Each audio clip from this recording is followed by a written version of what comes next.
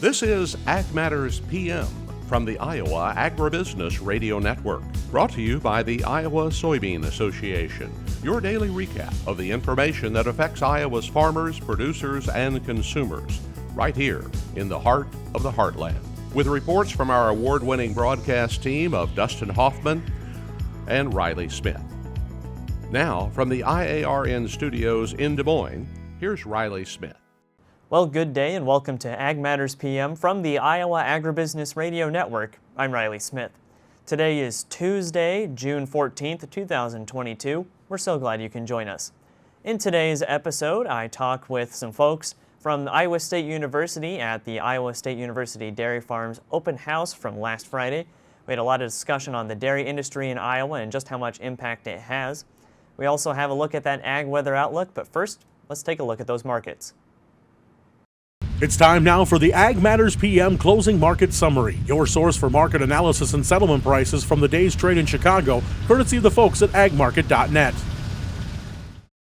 Well, we're at the close for another day in the ag marketplace, and for a bit of analysis on that, we go to Robin Schmahl of agmarket.net. Robin, how are those markets looking as we get towards the closing session for today? Well, we see the pressure on grains, which, kind of is a little surprising because we're looking at this hot weather ridge that's currently in much of the nation, some pretty hot weather. And some places are benefiting from it because of the moisture they had, but there's others that are really concerned that that's going to damage the crops quite a bit more. So a lot of times you would see something like this, especially when we talk about high pressure ridge, you would see some real strength in these futures prices, but it's not happening today. Part of it, I think, is because the good crop conditions that we're seeing, and a lot of times the earlier crop conditions are really good, but good crop conditions, we saw corn at 72% good to excellent. That's really good based on what we might be seeing as far as acres are concerned when we get to the acreage report. Beans are at 70% good to excellent, and that was the first bean report we had. It was out yesterday afternoon. And wheat was at 31% good to excellent. Now, that's not very good. However, it was up 1%. The other standpoint of that is that, coming into, we're looking at Ukraine. And Ukraine does have, of course, dealing with the war. And sometimes you can say it's old news right now, but obviously is having a great impact as far as food supply, potential food supply. Ukraine harvest they're anticipating right now is about half of last year at 40.5 million metric tons. So that's pretty significant. They're looking at probably running out of storage space because they can't move stuff out. Ukraine corn production estimate now is, or the crop is 16% lower based on weather.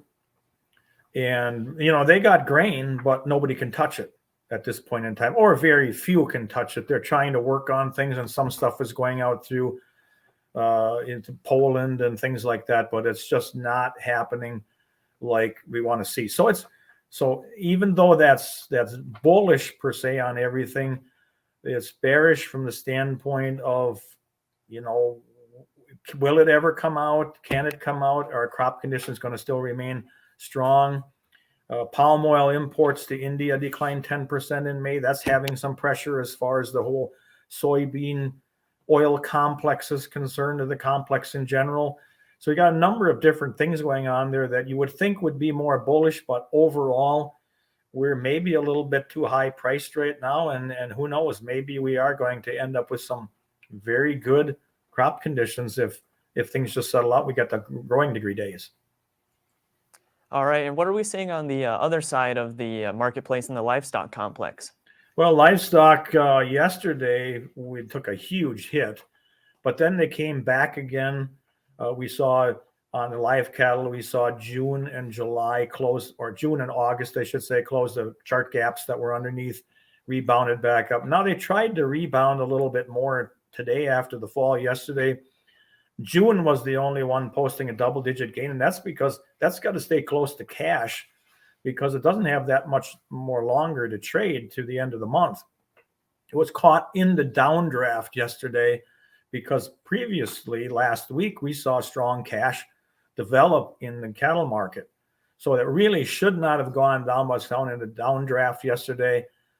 It needed to come back up. We saw a triple-digit gain, but the other ones still lag. And the big thing about the cattle complex is demand, inflation. How much is that going to impact demand? If we raise interest rates 0.75% and we see continued rampant inflation, how much is that going to impact demand? Now, slaughter speeds are strong. They're buying a lot of cattle. Packers are somewhat short bought. They don't really have a lot contracted for the next week or two. They're going to come back into the market. But with box beef kind of struggling a little bit, that's going to be a little bit tough to really get buyers or traders excited about the market. Now, in the hogs, June goes off is off the board today. So July becomes spot month, and it is running a discount to where the June goes off the board. Now, cutouts yesterday were somewhat exciting because they were up $2.22, even though cash was lower. Cutouts are going to drive the market. But then at the midday report today, cutouts were down $2.23 again. So we really didn't gain anything. That's concerning. It is grilling season, but and hogs or pork is in demand, but yet we don't see the packers really stepping up to the plate very much right now because hogs are there. We don't have a void that maybe was anticipated or a tightness that's anticipated. We got a little bit higher weights, and the hogs are there, so packers can bid up maybe 1 or 2 days a month, or a week, and then they seem to be getting enough. The cash market is struggling, so it's and hogs just are having a hard time working through to be able to hold the gains and trend higher. Right, and with your role in ag dairy and also with June being National Dairy Month, what's a little bit going on in the dairy markets today? Okay, dairy markets have been very strong for a while, or most of this year, but just recently now they've been a chink in the armor. We've seen cheese prices fall further than most had expected. They've been in not a steady downtrend, but they've been losing some value over the last about 4 weeks. That's not good, but yet the futures are still holding a premium to cash. The anticipation of yet stronger prices as we move ahead. Butter price keeps flirting with the $3 level, which isn't that far from a record high at $3.13.5. But what we're seeing there too is more concern developing about the inflation and demand. Now, it hasn't really run very much through the whole industry, but we are hearing a little bit of inklings that we're seeing a little bit of slowing at the retail level, maybe some slowing on the restaurant level, but it's nothing to be really that concerned about right now. But I think the anticipation is that we could see more impact later on, because earlier this year, buyers of butter, buyers of cheese were buying quite a bit ahead of time. They were buying third and fourth quarter needs or expected needs in the first quarter. Now we might be seeing that slowing down. They have more in ownership and more on hand for later on. And now they're a little concerned about whether they are going to be able to utilize all of that. And they may not be that interested in pushing, prices or buying very much seasonally, which should start here in the June, July timeframe. So dairy is a little bit potentially at a crossroad right now. All right, Robin, lots of great information today. For those of our listeners who would like to learn more and maybe get in touch with the folks at agmarket.net, how can they do that? They can call me directly at 877-256-3253, or they can go to our website, agmarket.net. The phone number's on there. Other contact information is there. All right, Robin, it was great talking to you today, and we hope to talk with you again soon. All right, thank you. Thank you for having me on. That again was Robin Schmahl of agmarket.net. We'll go ahead and take a look at how those numbers close. That's courtesy of the folks at Bar Chart. July corn is down 1 even at 7.61 1/4. December corn down 1/4 cent at 7.21 1/4. July soybeans down 9 even at 16.98 1/2. November soybeans down 8.5 at 15.25 1/4. Soybean meal down 5.10 at 460. Soybean oil down 99 cents at 76.32. Chicago wheat down 20 3/4 at 10.50 1/4. Minneapolis spring wheat down 14 1/4 at 12.07 1/2. Kansas City hard red wheat down 19 1/2 at 11.42 1/4. July oats up 7 even at 6.66 3/4. On the Merc, June live cattle up $1.20 at 135.20. Feeder cattle down 2 cents at 171.30. Lean hogs down a nickel at 106.62. Pork cutout up 42 cents at 109.30. And Class 3 milk down 2 cents at 24.28. And that's been a check of the Ag Market Recap here on Ag Matters PM. We're going to take a quick break and hear from our sponsor, the Iowa Soybean Association and the Soy Checkoff. When we come back, it's all about National Dairy Month. This is Ag Matters PM. Iowa Soybean Association is driven to deliver for Iowa's 40,000 soybean farmers. We're proud to provide objective agronomic research, a helping hand with soil and water stewardship, and timely industry news powered by the Soybean Checkoff. Learn more at iasoybeans.com. Welcome back to Ag Matters PM from the Iowa Agribusiness Radio Network. I'm Riley Smith.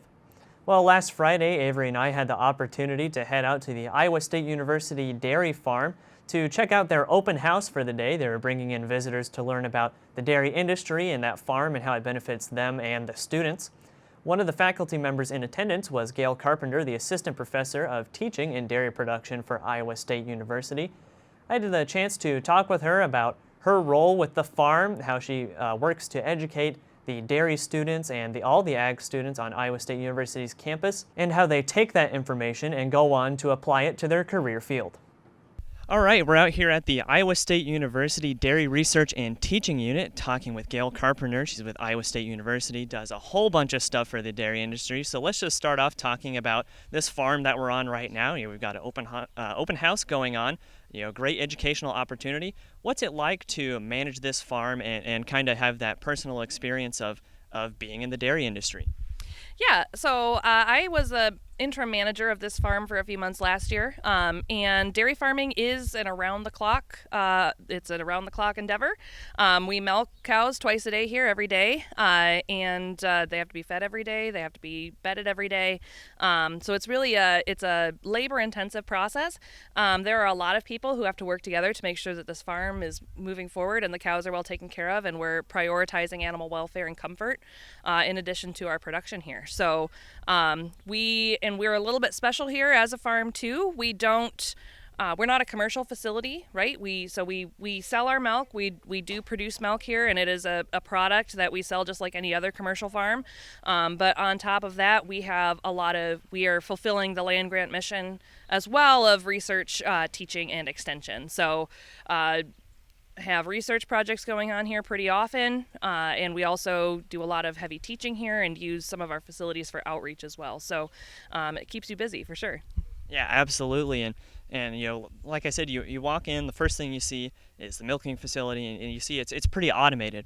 But you mentioned that it's still, of course, a labor-intensive job. Just because we have all this automation here doesn't mean it's a hands-off job. There's still plenty of watching that you have to do, analyzing, and just making sure that these dairy cattle are well taken care of.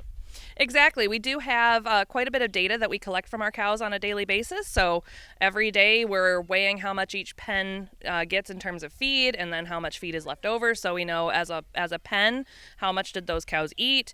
We look at things like production. We can have, I believe Cynthia mentioned our activity monitors, pedometers basically, so we can see making sure cows are still ruminating, chewing their cud, making sure they're active and they're up and moving around. They're not feeling sick, and so we have a lot of data to sort through that kind of helps us with that management process as well.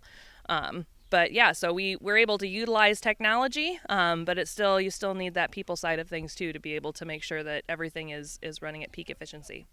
Absolutely, and it always sounds like such a busy time here. So let's just walk through a little bit of what a day on the dairy farm kind of managing, making sure everything runs smoothly looks like.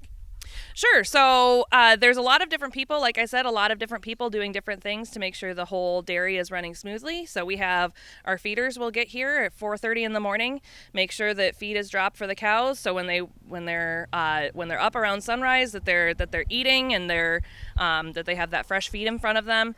Milking starts at around 7:30 in the morning, and so we'll spend most of the morning making sure those cows are getting milked. And so that's a big daily process as well. And then we also have our management staff will be checking our fresh cows or our cows who have calved recently. They're at higher risk for health issues. They'll be making sure that cows are bred in a timely manner. They may be giving vaccinations or doing some of that routine health stuff along the way. Our calves also need to they're fed by hand, and so our calves will get fed twice a day. We have mostly students who take care of our calf management, so they're going to be handling not just the feeding but also the health monitoring, making sure that our calves are happy and healthy, and that there's no red flags there, making sure that they're growing to the best of our ability. And then, just the general, cows poop, right? So things get dirty around here. You got to make sure things stay clean. And so that takes up a fair bit of our time as well. And then our next milking shift starts again at 7:30 at night. And so they'll be milking most of the night as well. So it's a pretty much around the clock endeavor that we have going on here. Awesome. So you're a teacher as well. So how does this facility kind of benefit the Iowa State students just on a class basis? Sure. We're utilized by a lot of different classes in the Department of Animal Science, but also by our vet school. So we have a close partnership with our vet school where we're able to get the future veterinarians some hands-on experience. The vet school handles all of our veterinary work here on farm, so it's a great hands-on opportunity for those students who are going to be out in practice within a couple years and out in the field, so they can get some of that hands-on experience. We're right down the road from campus here, so it's a really convenient arrangement for both parties. But then also our undergraduates in the Department of Animal Science, so our animal science majors and our dairy science majors utilize this farm for some of our intro classes. We might be taking them on tours. We also have an animal handling course for students who maybe, they're more urban background, maybe came from Des Moines or Chicago. They have the opportunity to come here and really practice working with large animals. They may not have had that opportunity to do that before. So we get them in the pens with the cows and get them kind of handling those cows and learning about how they move and how to their behavior and how to use their behavior to make sure that we're handling cows in as low stress a way as possible. We also have our dairy science courses. So you talked to Kristen already. She teaches our 235 course, the intro dairy course. They really heavily utilize this class or this farm out here for class. And then we teach Advanced Dairy Systems Management is a fall semester course for a lot of our seniors.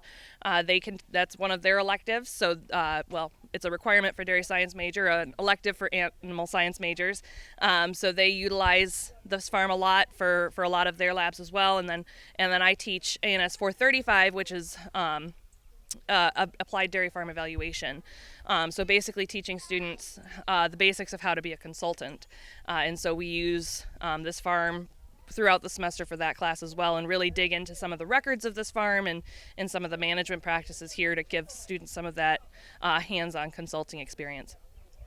On top of all of that, as if I haven't said enough, we also are starting a program that we use our Jersey animals here for. So students are taking over the management of our Jerseys, our small brown cows. Those are under student control, and they help with some of the management decisions on that herd of cows as well. So we really, again, like I said, we're really close. We're really convenient to campus, which is something that we're really lucky to have here at Iowa State. Not all universities have that privilege to be able to have their farms so close and so convenient. And so we really try to make sure that we get our students, we want to get their boots dirty, and we want to get them that hands-on experience before they graduate and they're out in the real world.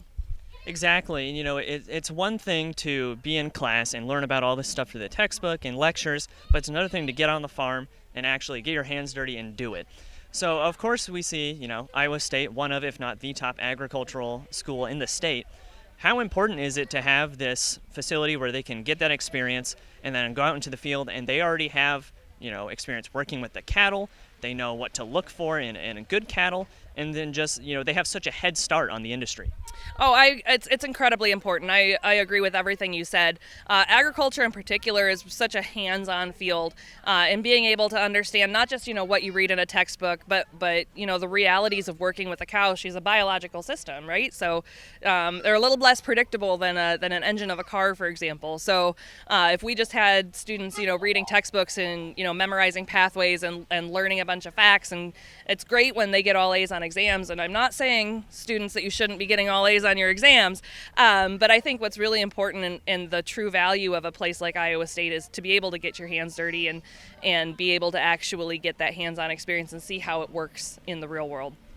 Right, and let's talk a little bit as well on the extension and outreach side of things. It's important, of course, for these students to be educated, but it's also just as important for the public to be educated. They need to know where their food comes from, where all their products come from, and just have a greater appreciation of the work that goes into things that they really don't think about very often.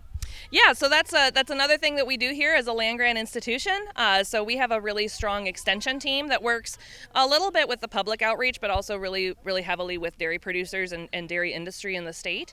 So we do have, and we have a few extension folks here today kind of helping out with today's activities to get some public education about the dairy industry. We have a couple other events that'll be happening across the state this month because it's June Dairy Month. So up in Western Iowa, they'll have an open house, and in Northeast Iowa they'll have an open house up there as well, which our extension folks are involved with those as well. So yeah, we as extension we're really emphasized on, or we really focus on the industry of the state and making sure the industry is productive and progressive, and managing cows to the best of our ability for the economic sustainability of the industry, as well as the environmental and social sustainability of the industry as well. We just really we have a strong dairy industry in the state of Iowa, and we want to make sure that it stays strong, and that it's growing and that it's evolving as the world around us continues to evolve. Right, and everything we've talked about today, what a great way to celebrate June Dairy Month. Have the event out here, get the public interested, but it doesn't just end with this month. All year round we're focusing on advocating for agriculture, the dairy industry, and dairy in Iowa is probably one of those things that goes under the radar a little bit. We think of Iowa, a lot of people think corn, soybeans, pork, beef, but dairy, still a big part of Iowa's industry, so this is one of those things, a great way to highlight a great industry in the state. I agree. Yeah, Iowa can kind of do it all. I'm not a native Iowan. I'm actually from Michigan.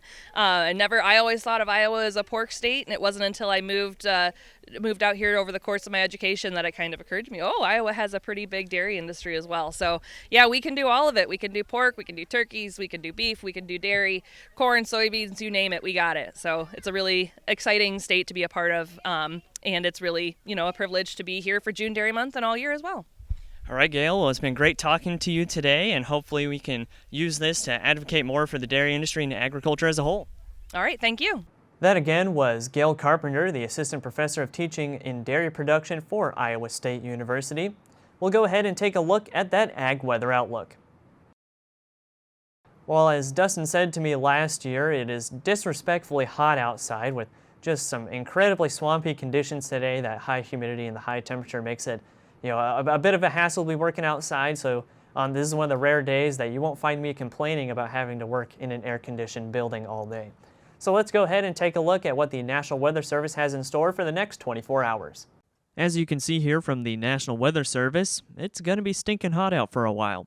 Today, heat advisory continues for most of Iowa with sunny skies. Temps range from the mid-90s to around 100. Tonight, clouds and rain chances build from west to east, with rain becoming more likely as the evening wears on. Lows overnight should range from the lower 60s to upper 70s.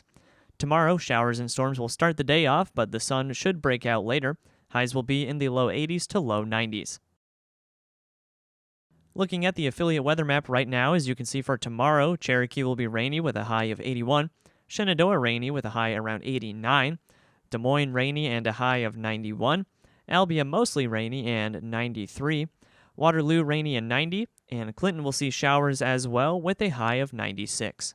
For more detailed forecasts in your part of the state, make sure you check in with your local Iowa Agribusiness Radio Network affiliate. And that's been a check of the Ag Weather Outlook, and that also brings us to the end of this episode of Ag Matters PM. You can find all of our content on our website at iowaagnet.com.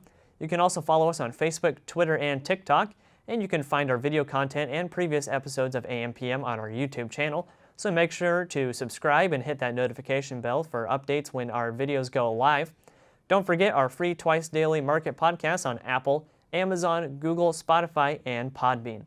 From the IARN studios in Des Moines, I'm Riley Smith. On behalf of Avery Haskell and Dustin Huffman, we thank you for watching. This has been Ag Matters PM.